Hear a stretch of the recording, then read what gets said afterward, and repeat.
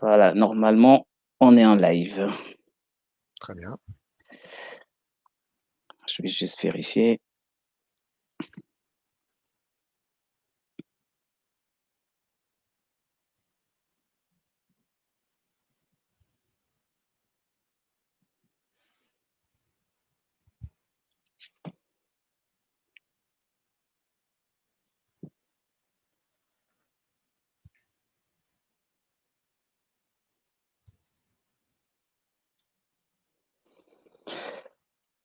Alors, bonjour à tous, bienvenue dans ce nouveau live de la plateforme du Club Ozine Afrique Diaspora. Je rappelle que le but de la plateforme, c'est de promouvoir l'intelligence économique, la veille stratégique. On parle aussi des questions d'études de marché, des stratégies d'entreprise. On s'occupe et on s'adresse des PME, des TPE, des entrepreneurs, des auto-entrepreneurs. Aujourd'hui, le thème, c'est comment bien construire sa veille stratégique en Afrique. On a notre invité qui est Benoît Maille. Il est responsable de l'intelligence économique internationale à la CCI, la Chambre de commerce et d'industrie de Paris-Île-de-France. Il travaille aussi sur le portail africain de l'intelligence économique. Bonsoir Benoît. Bonsoir Alain. Alors, est-ce que tu peux te présenter à tous nos abonnés ce soir? D'accord. Merci déjà pour l'invitation. Et puis bonjour à tout le monde. Je travaille depuis longtemps, plus d'une vingtaine d'années, à la Chambre de commerce Paris, maintenant Île-de-France. Je suis spécialisé dans l'information pour les entreprises et même plus particulièrement les PME. Et puis je me suis concentré sur l'intelligence économique depuis pas mal de temps, avec maintenant un focus fortement international. Mon expérience de l'international est beaucoup axée sur le continent africain. J'ai mené des missions en Côte d'Ivoire, au Sénégal, au Cameroun, et puis également un peu aux Antilles, et puis maintenant pas mal dans l'océan Indien. Voilà. Alors, d'accord. Alors, on en discutait il y a quelques instants. Les axes on va aborder aujourd'hui, on parlera du contexte de la veille numérique en Afrique, de la définition des besoins, les sources d'information. On verra aussi les outils de veille gratuits, les facteurs clés de succès. Et pour aller plus loin, on verra est-ce qu'il y a des outils, est-ce qu'il y a des méthodes qui vont nous permettre donc, de mieux construire donc, cette veille stratégique-là en Afrique. Moi, la première question que j'ai tout de suite envie de poser, c'est quoi la veille stratégique? Alors la veille, on va dire, c'est la surveillance de son environnement. Alors elle est stratégique quand on a un regard stratégique. C'est une excellente question parce que il n'y a pas d'intelligence économique possible s'il n'y a pas de réflexion stratégique. Et c'est souvent le problème dans les entreprises qui n'ont pas, qui sont pris dans le quotidien et puis l'urgence du quotidien et qui n'ont pas le temps de prendre du recul, de la hauteur et de réfléchir sur leur stratégie, là où elles veulent aller, le positionnement qu'elles veulent avoir par rapport à leurs concurrents, des alliances avec d'autres entreprises. Voilà. C'est souvent un peu le problème. Donc, la veille stratégique, elle est orientée en fonction des priorités de stratégie qui sont définies par le chef d'entreprise ou par le CODIR, enfin les cadres dirigeants. Et donc, elle va axer la surveillance sur les grandes questions qui alimentent la stratégie, de façon à pouvoir apporter des éléments au fur et à mesure, entretenir la réflexion stratégique et puis apporter des éléments de réponse au fur et à mesure. Voilà. Il existe toutes sortes de veilles économiques, technologiques, réglementaires, quand c'est plus axé vers le juridique ou la réglementation, veille sociétale, pourquoi pas, on peut en imaginer beaucoup. Toutes ces veilles peuvent être stratégiques, mais enfin, la veille stratégique, je pense elle est concurrentielle quand même pas mal à la base. Elle réfléchit beaucoup au positionnement de l'entreprise par rapport à son environnement stratégique, D'accord. concurrence, clients, fournisseurs, etc. Avant de rentrer dans le détail des différents points, est-ce que tu peux nous présenter quand même le contexte de cette veille stratégique-là pour l'Afrique? Alors, c'est vrai que parler de veille, et c'est plutôt de cela dont je vais parler aujourd'hui, de veille numérique, digitale, qui s'appuie sur les ressources de l'Internet. C'est pas forcément ce à quoi on pense en premier pour l'Afrique, où l'oralité demeure le moyen de communication premier. Les contacts humains sont essentiels, et peut-être aussi que le paysage, les médias structurés, formalisés, présents sur Internet sont un peu moins abondants en Afrique qu'ailleurs. Cela dit, j'essaierai de vous montrer qu'on arrive quand même à trouver de nombreuses sources formalisées, enfin en tout cas digitales, intéressantes.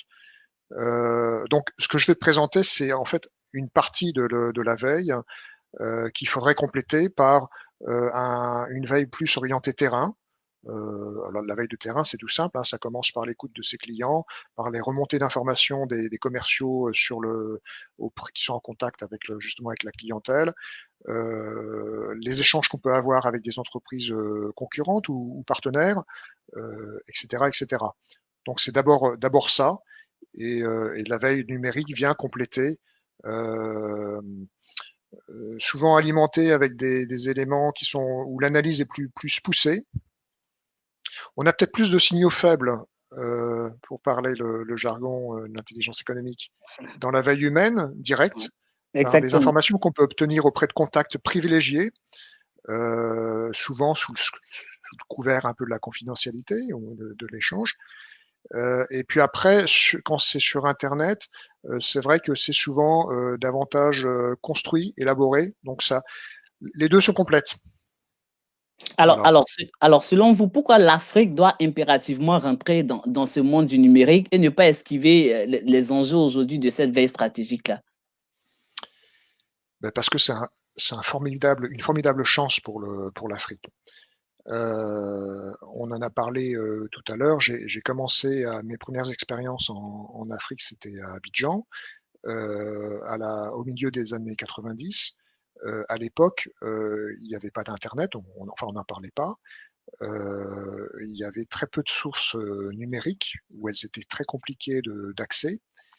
Et je suis retourné récemment justement à Aux Abidjan assises. l'année dernière, et, j'ai pu voir dans l'intervalle que la situation évolue énormément, et qu'il y a il y a des ressources en fait qui permettent aux opérateurs africains de disposer en fait d'outils qui auparavant étaient uniquement l'apanage des pays les plus développés, et puis même dans les pays les plus développés, c'était uniquement détenu par les grandes entreprises qui avaient des gros moyens pour capter l'information et pour diffuser l'information.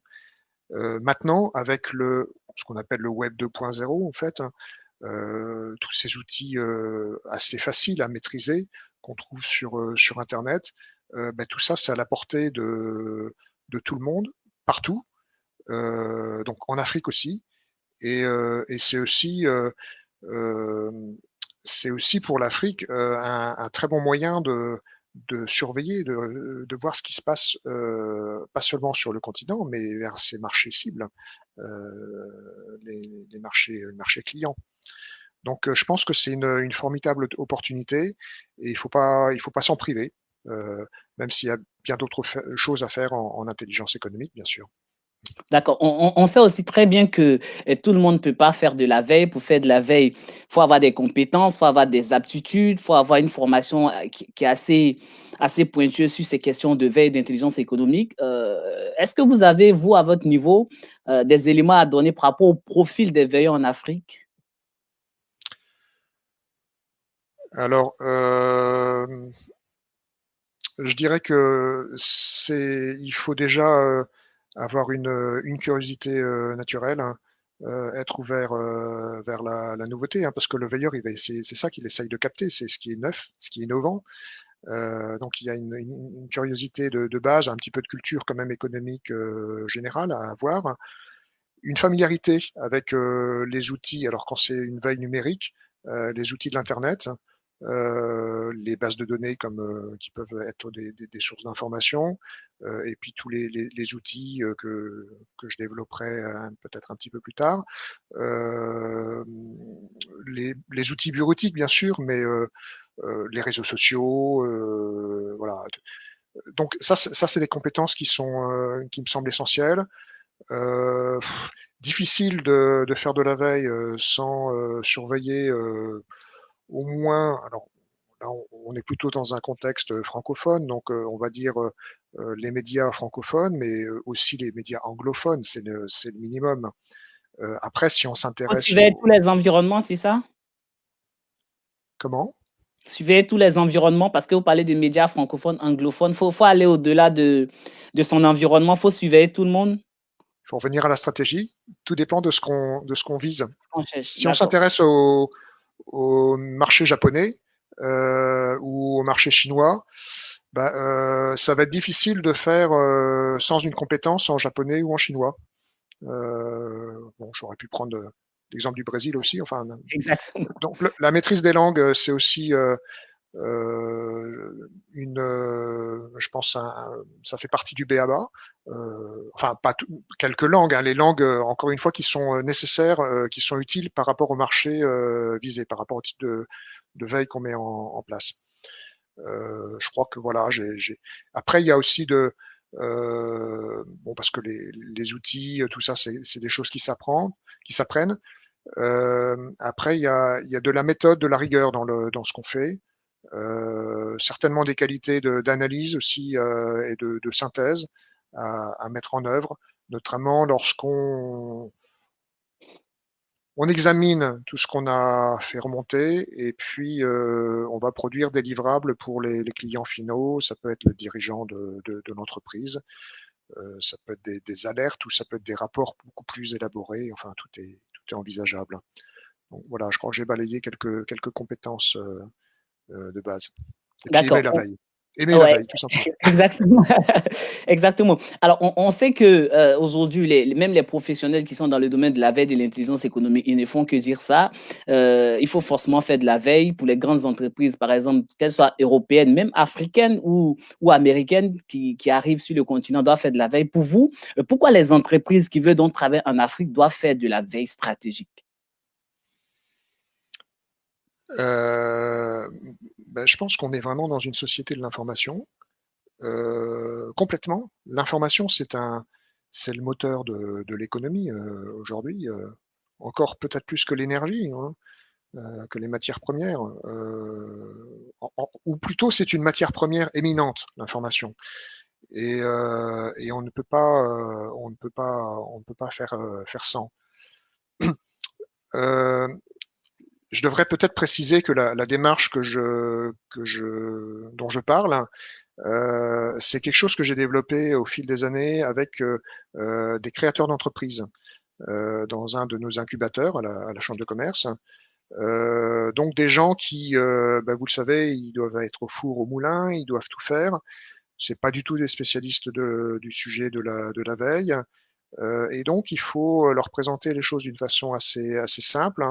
En même temps, ils sont très réceptifs parce qu'ils comprennent tout de suite l'intérêt de surveiller leurs concurrents, de savoir ce qu'attendent les clients, euh, de capter des projets de loi qui pourraient impacter sur leur business.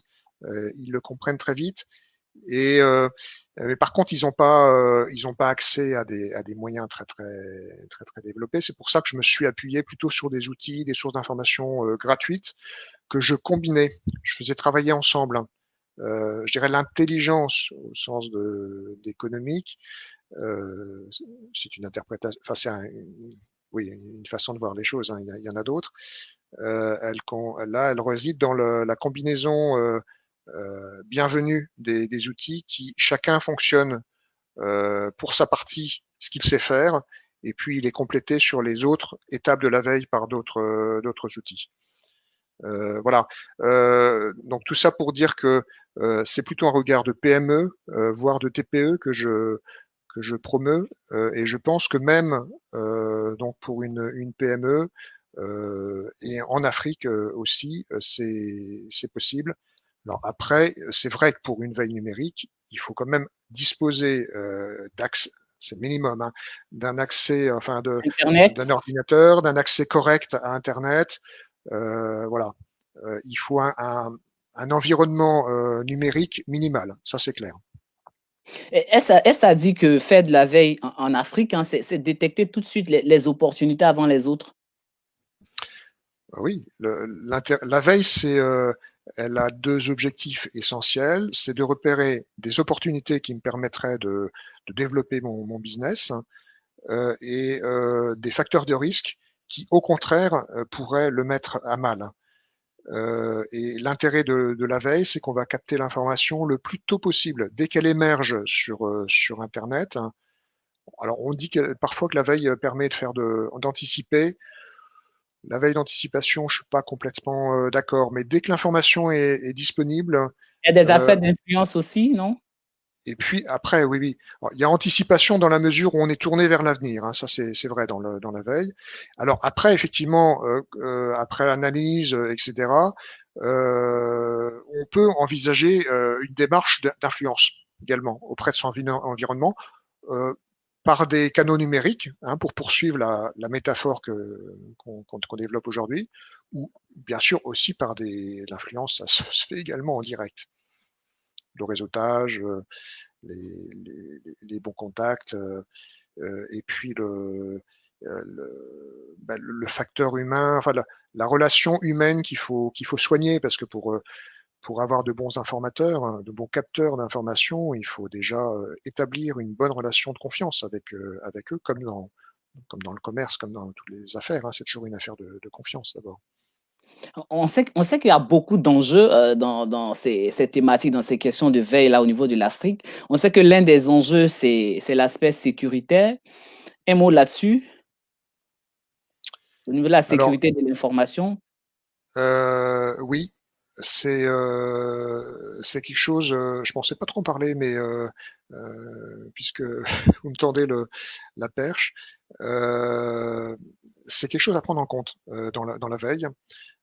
D'abord, la veille, comme je dis, elle est reliée à la stratégie, et donc le dispositif de veille, les résultats de la veille, ils doivent rester confidentiels, hein, parce qu'ils disent énormément de la stratégie de l'entreprise.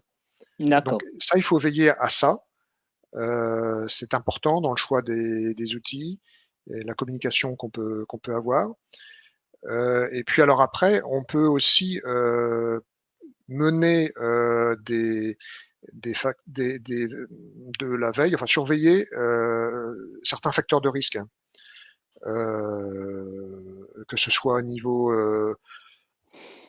politique, au niveau social, je sais pas, les ONG par exemple qui pourraient gêner mon business parce que je sais pas, j'ai des produits qui sont un peu sur le plan environnemental qui sont pas parfaits, ou enfin on peut imaginer toutes sortes de Vous choses. pensez donc que la société civile, les ONG ont un effet aussi sur les aspects de veille, influent quand même sur ces aspects de veille-là? Ben, les ONG, ça fait partie du paysage à prendre en compte. Après, encore une fois, tout dépend de l'environnement dans lequel vous êtes, du contexte des acteurs qui sont des parties prenantes qui sont importantes dans votre marché. Hein. C'est pas toujours le cas. Euh, je pense que les ONG, elles aussi, elles mènent des actions de De veille. veille? J'aime bien citer un exemple qui n'a aucun rapport avec le domaine, enfin, qui n'a pas un rapport direct avec le domaine économique, mais qui fait bien comprendre la chose.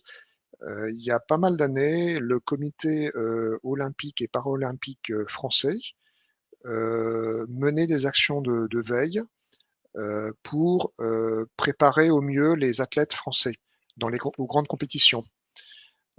Il avait communiqué dans un certain nombre de conférences auxquelles j'avais assisté.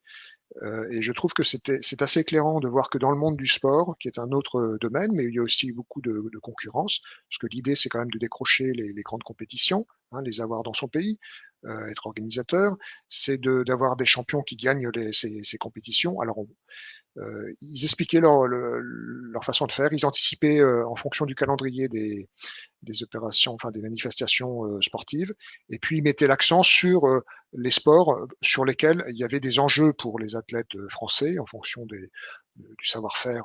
Bon, on est plutôt bon en judo ou en cyclisme, et puis moins bon sur d'autres domaines. Et je trouve que c'est une bonne, voilà, c'est une bonne analogie, le monde du sport. Voilà. Dans ce monde aussi, on peut mener une veille. D'accord. Alors, on va passer maintenant au deuxième axe, si tu permets, Benoît. On va parler des sources d'information.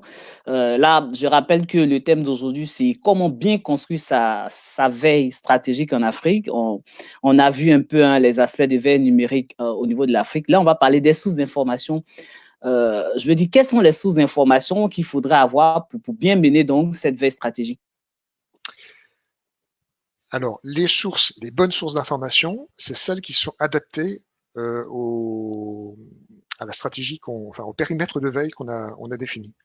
La première chose que l'on fait avant de mettre en place une veille, c'est qu'on établit un diagnostic des besoins d'information, des besoins de veille en fonction de la stratégie, hein, ce dont on a parlé plusieurs fois. Et on va pas tout surveiller, c'est pas possible. Ça n'aurait pas de sens et ça serait contre-productif. Donc, on va mettre l'accent sur certains marchés, au niveau certains secteurs d'activité, certaines filières, certains pays ou certains types d'informations plutôt que d'autres.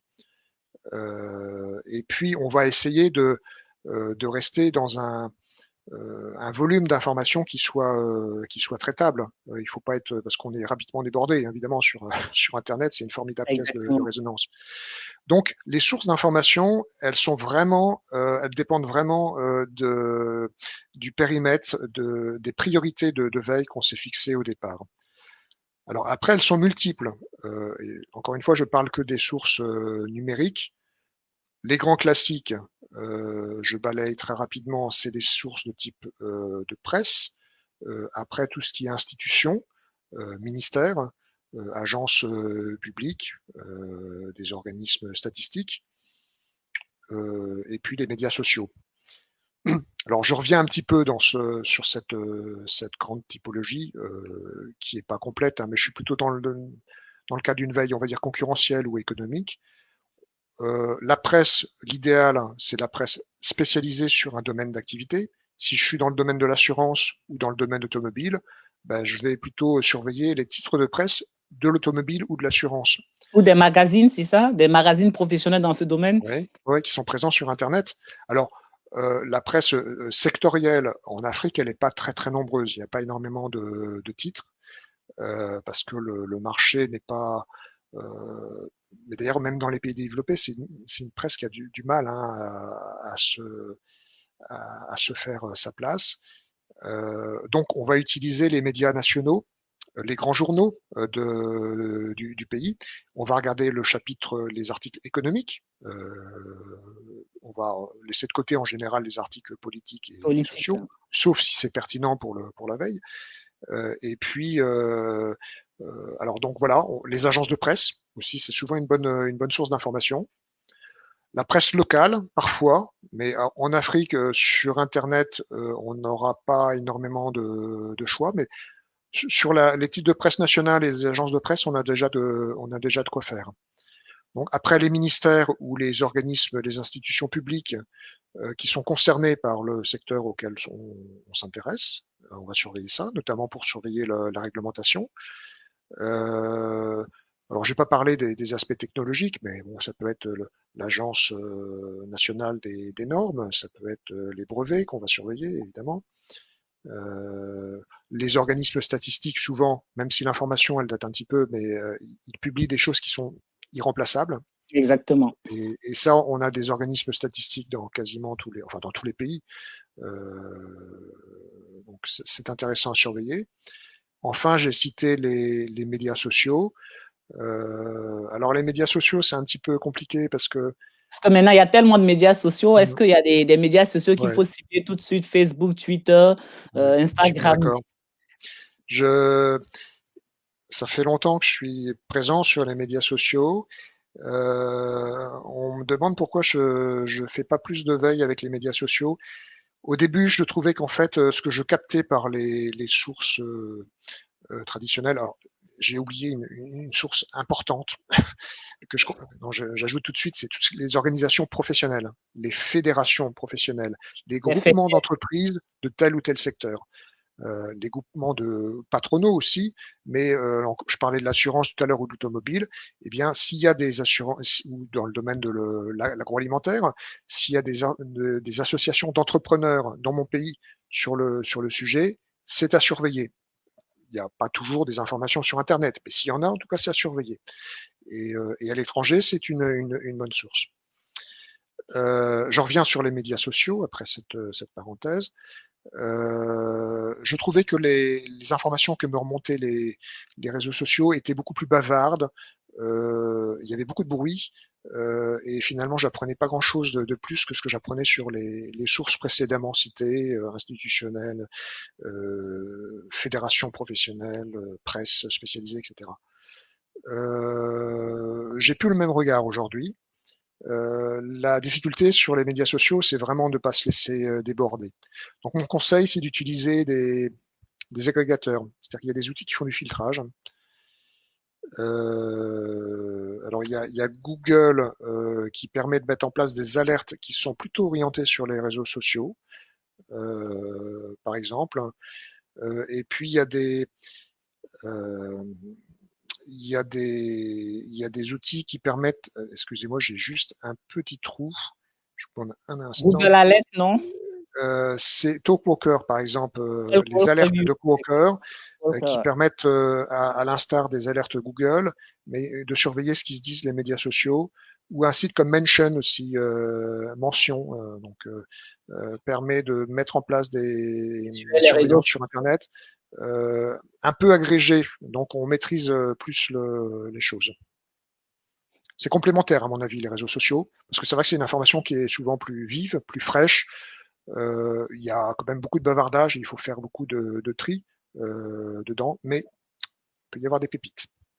Mais la grosse, l'épineuse question qui revient chaque fois, c'est, comme vous étiez en train de le dire tantôt, les réseaux sociaux sont beaucoup bavards, mais à quel moment on se rend compte que l'information qu'on a, c'est la bonne information? Parce que on sait que la finalité, c'est pour prendre une décision. On sait que les réseaux sociaux, il y a beaucoup d'informations, il y a du tout et du n'importe quoi, si je peux m'exprimer ici. Mais à quel moment on se dit, cette information-là, elle est bonne? Est-ce que c'est après le recoupage, c'est après les vérifications? Mais comment est-ce que, je veux dire, toutes ces étapes-là se font?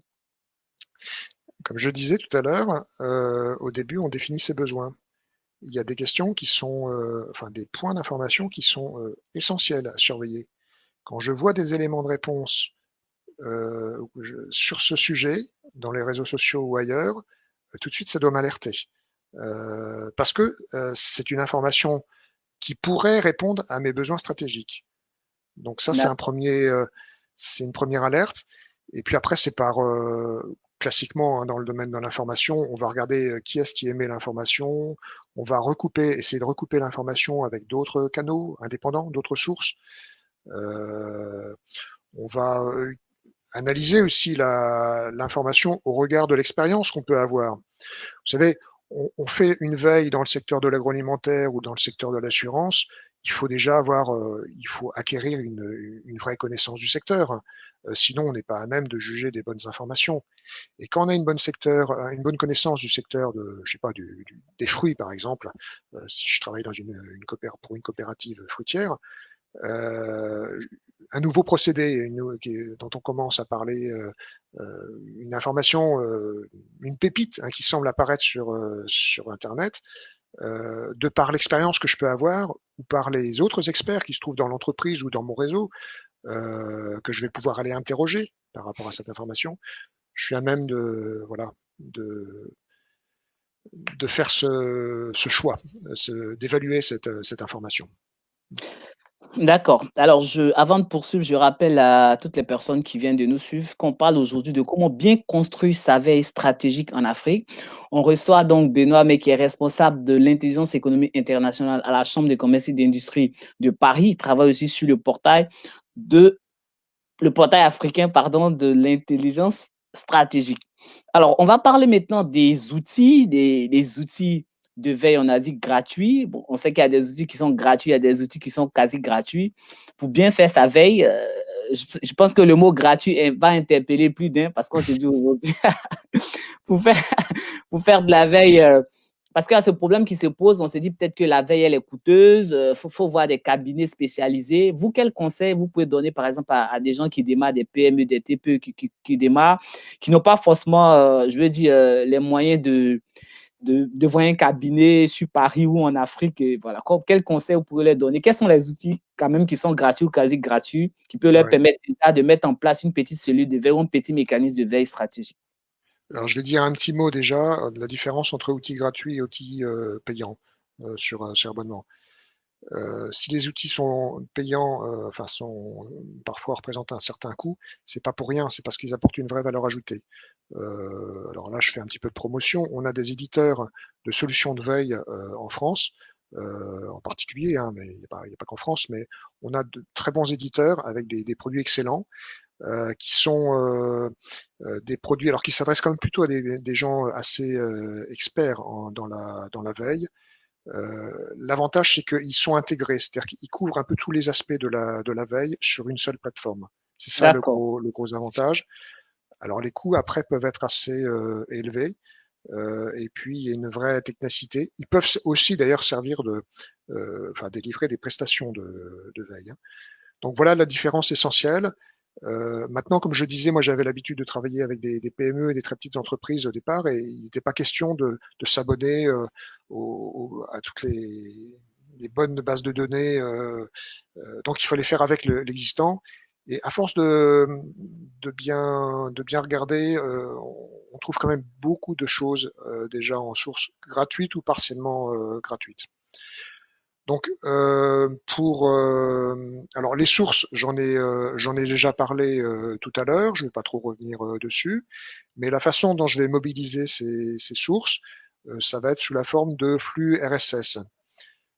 Donc la plateforme de veille que je propose en général de mettre en place, c'est ce qu'on appelle un agrégateur de flux RSS. C'est un gros mot. Qu'est-ce que c'est un agrégateur de flux RSS? C'est tout simplement un portail, un service sur Internet auquel on s'abonne, donc là sous une forme gratuite, hein, même si après il y a des options payantes qui sont proposées en plus. Mais restons sur la partie gratuite. Et on va sur ce service, donc on s'abonne et on va centraliser, brancher les sources d'informations qui correspondent Qui au nous périmètre intéresse. de veille qu'on a défini et qui vont bien.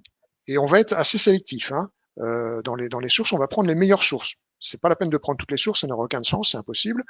On prend les meilleures sources, celles qui correspondent à ce que j'attends, à ce que je recherche dans ce que j'ai défini au départ dans mes priorités de veille. Donc, laissons de côté les sources.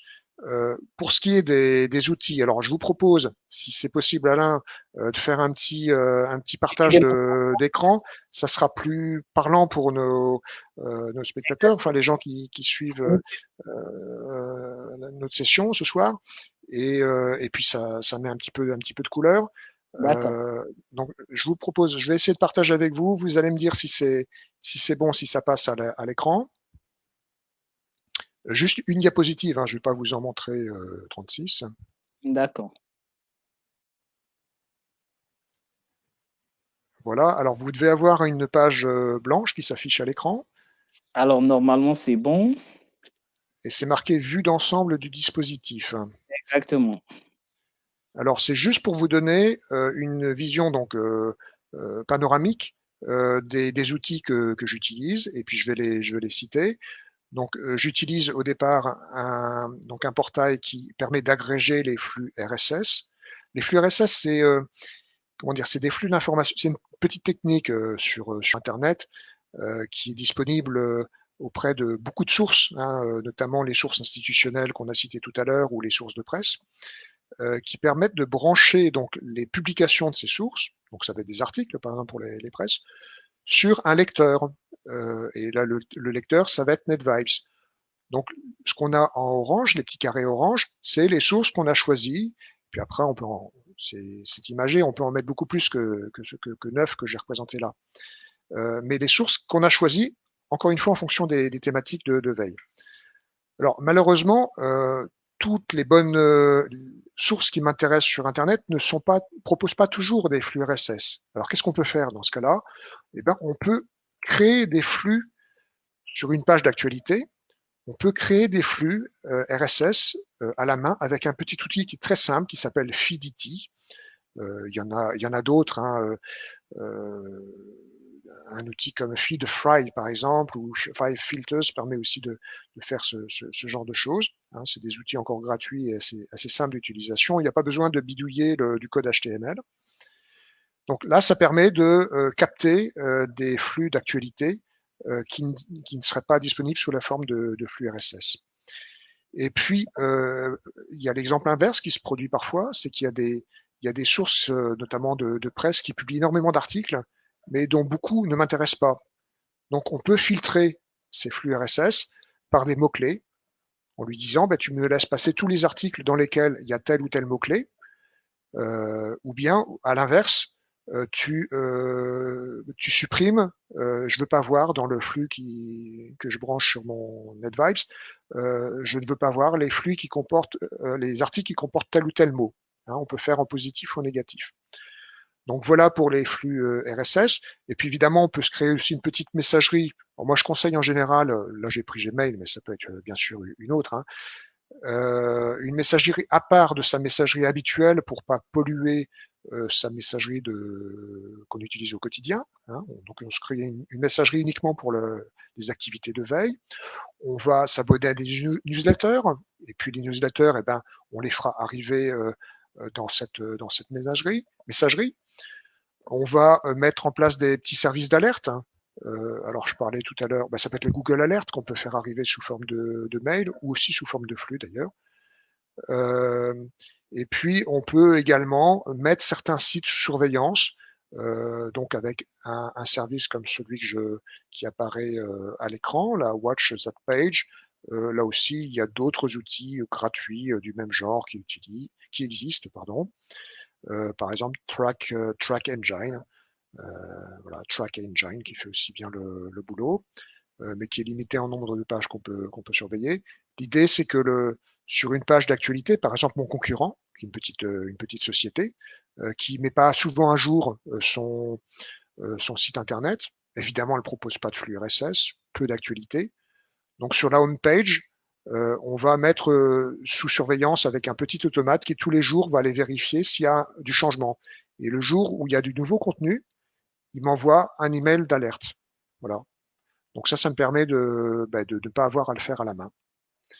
Et puis, on peut mettre en place des alertes sur les réseaux sociaux avec l'outil Talkpoker Alert, ce que je citais, ou bien d'autres. Voilà, donc ça, c'est toute la partie capitalisation de l'information, collecte de l'information. Après, on va l'analyser, et là, c'est plutôt un processus humain. Et puis, on va c'est pas mal de capitaliser, d'enregistrer les informations qu'on a captées et qui sont vraiment utiles. Donc là, j'ai le petit éléphant qu'on voit là, c'est le logo de la société Evernote qui propose aussi en gratuit ou en payant de monter sa base de connaissances en fait, où on peut enregistrer ses résultats de veille. C'est très pratique, c'est bien fait. Et puis du coup, c'est à la disposition de tous les collaborateurs de l'entreprise. Attention, ça reste l'apanage pour les raisons de sécurité qu'on a citées tout à l'heure, ça reste à l'intérieur de l'entreprise. Si on a vraiment des choses très confidentielles, c'est pas là-dessus qu'on va enregistrer ça. Hein. On va évidemment pas mettre un plan stratégique sur Evernote parce que c'est un service international, américain en l'occurrence, et tout ce qui est très, très confidentiel à l'entreprise, on met pas ça sur ce genre d'outils.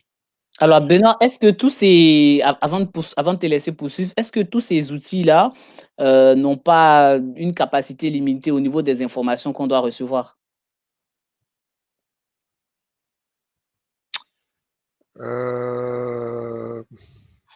Pas tellement, non. Non, je les pratique depuis NightVibes, je pratique depuis 2007, donc ça commence à faire pas mal d'années que c'est assez robuste. Alors j'ai cité NetVibes, mais honnêtement, il y en a bien d'autres. Hein. Il y a Feedly, par exemple, InnoReader, qui est un petit peu plus compliqué, mais qui est vraiment très, très bien. Euh, alors parfois on est limité, oui, il y a des limites parce que euh, alors en NetVibes on peut faire sur ça c'est rangé par page et sur une page on peut mettre 50 sources. Mais après on peut créer autant de pages qu'on veut. Enfin on peut en créer une dizaine, on peut en créer donc on se rattrape, on n'est pas limité de la sorte. Je disais qu'il y a certains sites de surveillance qui ne surveillent qu'un nombre limité de sources. Euh, oui. Si, il y a des limites quand même un petit peu. Elles sont, je crois qu'il faut jouer avec et les limites, elles ont l'avantage de nous contraindre à nous restreindre aux meilleures sources d'informations. Et ça, c'est vraiment un conseil hein, que je vous donne. Ne surveillez pas des centaines de sources, sauf si vous avez beaucoup de moyens, mais restreignez-vous à la dizaine, à la quinzaine ou vingtaine de sources qui sont vraiment essentielles pour vous. D'accord. Alors, je pense que est-ce que tu as des choses à rajouter par rapport aux outils avant qu'on ne passe aux facteurs clés de succès? Alors non, j'ai fait un petit peu le tour. Si je voulais être assez complet, j'ai pas dit pour le, c'est encore un conseil un petit peu que l'usage, hein, parce que moi je pratique la veille, je crée des dispositifs de veille pour des organismes et des entreprises. J'enseigne la veille, je réalise des prestations de veille. Donc tout ça, avec ces outils que je vous montre, tout ça, ça s'alimente sur mes pratiques. Et alors il y a un consultant bien spécialisé sur la veille qui s'appelle Christophe Deschamps, pour pas le citer, qui a une distinction qui est assez éclairante pour les sources. Il parle de la veille cible et la veille radar. Et je trouve que ça fait bien comprendre ce qu'il faut faire. Mon conseil, c'est plutôt de pratiquer une veille cible, c'est-à-dire de se D'accord. restreindre sur quelques sujets qu'on va surveiller, quelques marchés, mais pas trop, ceux qui sont vraiment les plus essentiels pour l'instant. Après, Qui ça vous pourrait évoluer intéresse? dans le temps. Et donc, on limite le nombre de sources. Mais des sources qui sont, par contre, qui pointent très directement sur ces problématiques, qui sont susceptibles de m'apporter les informations que j'attends. Et en complément, on met en place un petit filet de rattrapage beaucoup plus ouvert, donc de type radar, avec par exemple des Google Alerts. Hein, c'est typiquement l'outil qui permet de faire de la veille radar, qui va me ramener. Alors, on va pas en mettre en place beaucoup parce que sinon on va être noyé sous les informations et on pourra rien en faire. Mais ça permet de capter des informations qui seraient parues en dehors des canaux très spécifiques, très ciblés, très professionnels que je cible, et qui seraient intéressants. Parce que des fois, hein, dans la veille, il y a des innovations, il y a des surprises qui viennent de là où on les attendait pas. Donc c'est Exactement. pour ça qu'il est aussi intéressant d'avoir ce radar par derrière, qui vient en deuxième partie. Hein, c'est un complément. Je pense que c'est pas l'essentiel. Voilà, D'accord. on peut agencer les sources, les voir de cette façon. Alors aujourd'hui, on sait qu'il y a certaines entreprises qui sont quand même sceptiques sur ces thématiques de veille-là, les PME, des TPE, des auto-entrepreneurs. Quel est, vous, par rapport à votre expérience, quel est le discours que vous tenez pour que véritablement ces entreprises puissent s'intéresser à ce qu'on appelle donc dans le jargon la veille stratégique, et quelle est la demande pour ces entreprises qui sont déjà connectées à cette thématique de veille là? Quelle est la demande aujourd'hui? Est-ce que c'est de mettre en place un dispositif de veille? Est-ce que ce sont des besoins de formation? Voilà, c'est quoi concrètement? Je pense que le mieux, c'est quand même c'est de pratiquer, c'est de s'y mettre et de pratiquer modestement. Il faut se donner des objectifs au départ très limités. Et puis, si les résultats sont intéressants, on développe un petit peu la démarche. Et de la sorte, on peut commencer avec les outils gratuits et puis aller vers des outils plus payants ou plus élaborés aussi. Donc, commencer plutôt petit, small is beautiful, hein, pour commencer. Exactement. Euh, Small, mais ça ne veut pas dire inintéressant, hein, ça veut dire très focalisé hein, sur quelques Small sujets. au moins à 70%. Et puis, en y passant peu de temps, on sait bien que dans une PME, il est inconcevable d'avoir un veilleur à temps plein. C'est inconcevable complètement. Donc, en fait, ça va être en général des cadres dirigeants qui va faire un petit peu de veille régulièrement. ou bien ça peut être quelqu'un de l'équipe du marketing ou de l'équipe commerciale qui met en place ce dispositif pour le bénéfice de l'ensemble de l'entreprise. Mais Et quel donc, est il le va suivi que vous leur tenez pour qu'elles puissent, pour que ces entreprises comprennent réellement l'importance de la veille?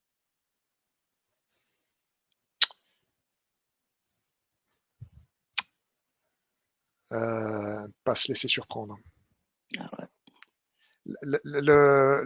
Comment dire, le rythme de l'économie est tellement rapide aujourd'hui, euh, c'est tellement compliqué aussi d'y voir On a clair. vu le cas avec On est la tous crise du pareils.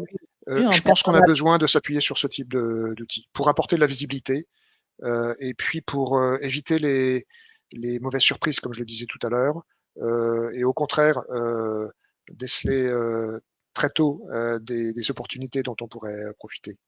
Euh, Vous savez, hein, c'est pas un hasard si les, les, les grandes boîtes à l'international, elles ont une veille très active. Elles communiquent pas trop là-dessus, hein, mais c'est un peu confidentiel, bien sûr.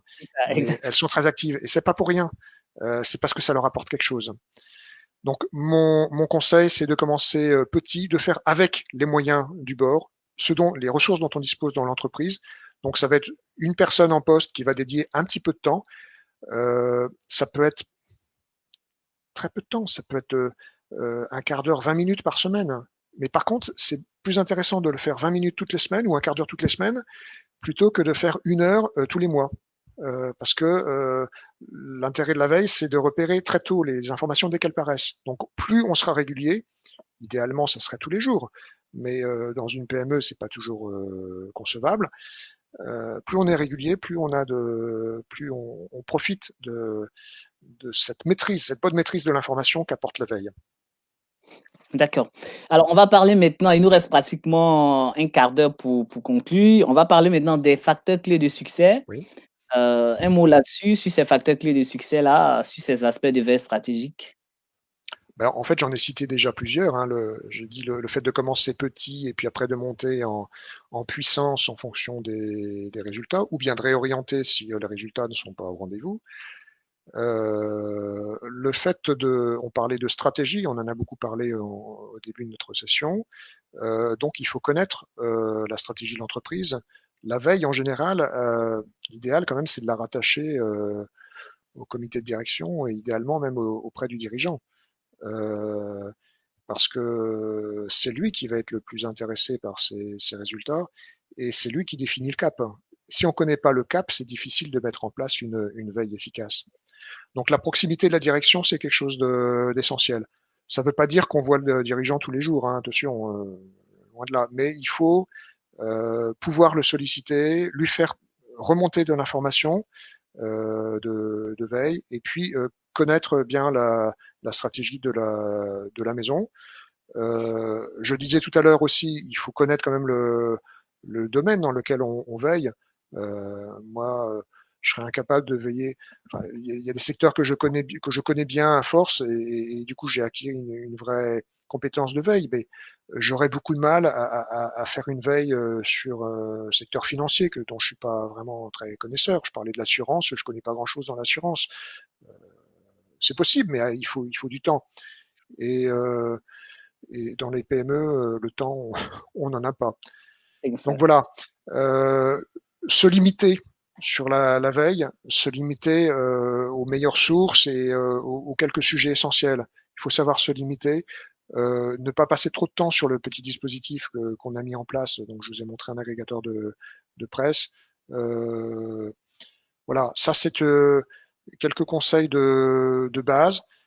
Après, il faut se garder du temps pour analyser l'information, la jauger, parce que très souvent on est obsédé par la collecte d'informations, on y passe trop de temps, et puis on garde peu de temps pour l'analyse, pour l'évaluation, pour la production de produits, de ce qu'on appelle les livrables en fait, qui sont en fait les résultats de la veille. Et alors, il est essentiel que ces résultats soient adaptés aux clients que l'on cible. Donc, dans l'entreprise, ça va être les dirigeants ou le dirigeant de l'entreprise, ou ça peut être une des branches, une des divisions de l'entreprise. Faire court, en général, avoir des modes de présentation qui soient synthétique et plein d'informations. Si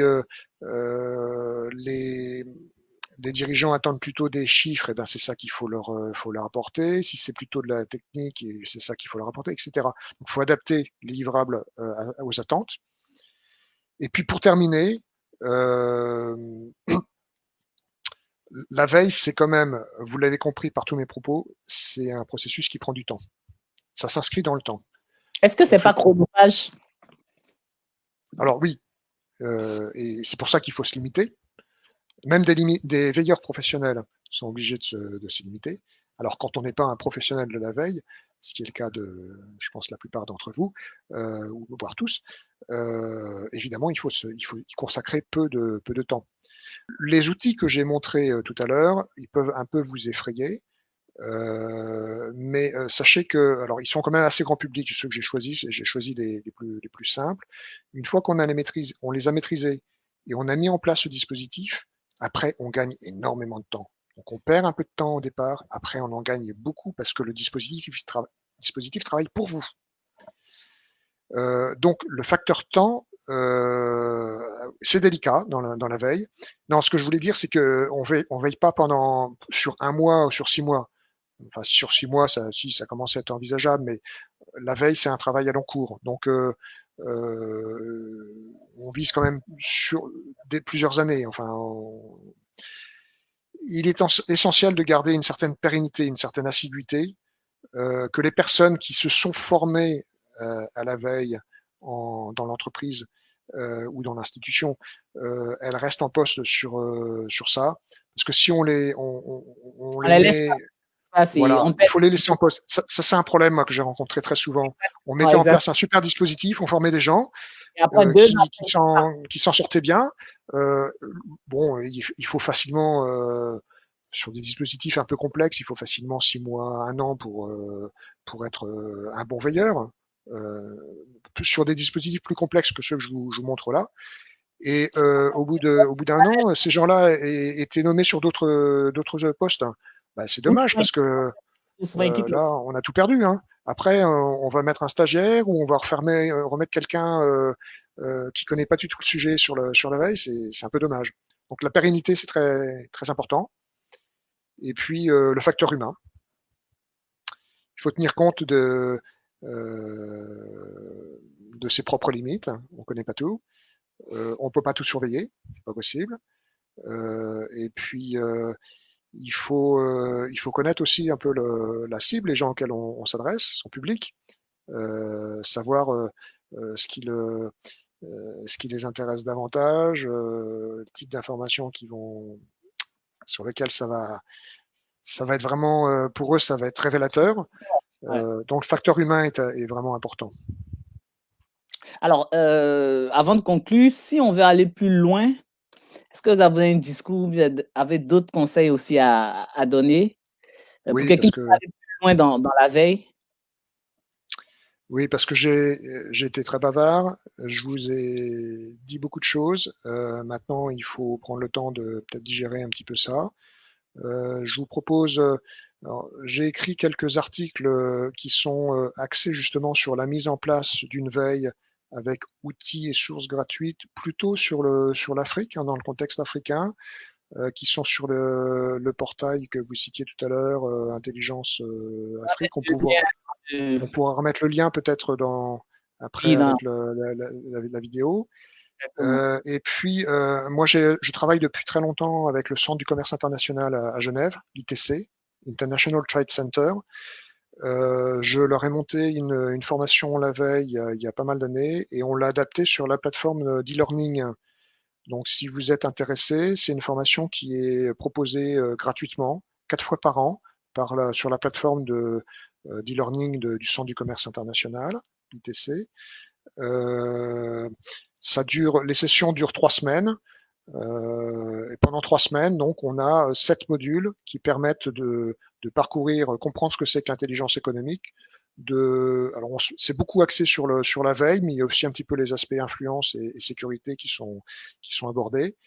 Et tout ça est gratuit et qui permet d'avoir une certification à la fin de l'ITC sur cette compétence. La prochaine session, c'est en septembre que ça commence, le 7 septembre. Donc, vous pouvez aller voir sur le site de l'ITC, vous inscrire. Puis, si ça vous intéresse, vous la suivez.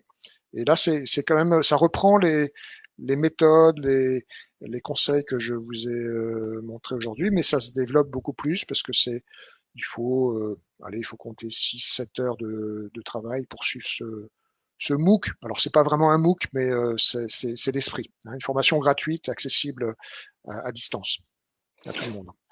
Un mot sur le rôle des organisations d'appui comme la CCI et le rôle de l'État sur ces questions de veille pour garder la pérennité auprès des entreprises. Est-ce que vous avez un mot à dire aux États et aux organisations qui appuient la veille?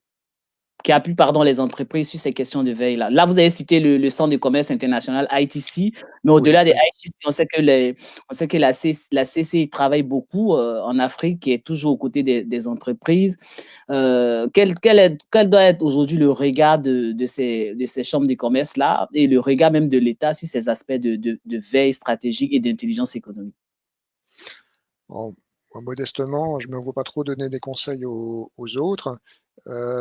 Par contre, si vous vous intéressez aux questions d'intelligence, aux pratiques d'intelligence économique, à ce qui existe au niveau national, il y a quand même de plus en plus de choses en Afrique.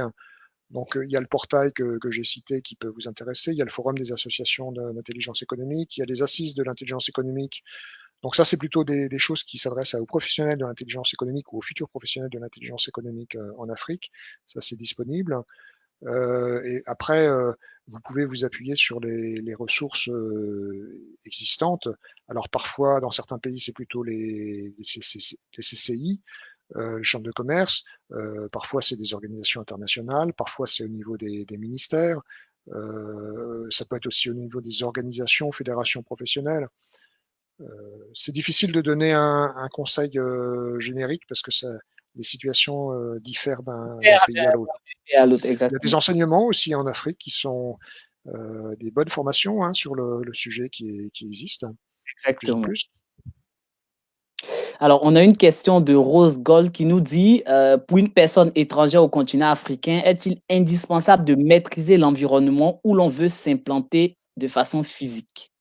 Alors, je reprends, pour une personne étrangère au continent africain, est-il indispensable de maîtriser l'environnement où l'on veut s'implanter de façon physique? Bah, ça me paraît bienvenu quand même. Si on veut s'implanter dans un pays qu'on ne connaît pas ou sur un marché qu'on ne connaît pas, la première des choses à faire, c'est quand même de se renseigner très fort dessus. Donc ça, c'est sur le plan informationnel. Une étude de marché déjà. Pardon? De faire une étude de marché, non, ça pourrait aider déjà. Oui, Dans le oui, oui, secteur. en fonction des projets qu'on a, effectivement. Il faut repérer aussi les sources, les canaux d'information qui existent. Donc, ça va être ce que j'ai un petit peu cité là, organismes de presse. Ça va être bien sûr tout ce qui est organisation patronale ou d'entreprise, des groupements d'entreprises qui sont vraiment indispensables. Et là, c'est pas seulement sur Internet. Hein, il faut prendre des contacts, il faut échanger avec des entreprises déjà implantées sur ce marché. Il faut même Sur aller des auprès marchés des proches. chambres de commerce pour avoir des informations et tout. Hein. Ça dépend, comme tu Bien sûr, oui, oui. des Oui, non, il y ministères. a beaucoup de choses oui, les ministères, il y a beaucoup de choses qui existent. Oui, moi, ça me paraît indispensable, effectivement, de se familiariser dans un premier temps avec le marché, le pays, avant de s'implanter. Là. Et puis ensuite, mais ça vient en complément. Après, on met en place une veille parce que la veille, elle va permettre de maintenir cette connaissance du marché qu'on a acquise par des études de marché, par du réseautage, etc., de la maintenir à jour, fraîche, complète. D'accord. Alors, je pense que c'était la dernière question. Avant de te laisser donc la parole, Benoît, pour la conclusion, je rappelle que le thème d'aujourd'hui, c'était donc comment bien construire sa veille stratégique en Afrique. Benoît May est responsable de l'intelligence internationale à la CC Chambre des commerces de Paris-Île-de-France. Il travaille aussi donc sur le portail africain de l'intelligence économique et stratégique. Alors, Benoît, là, on est au thème pratiquement de l'interview.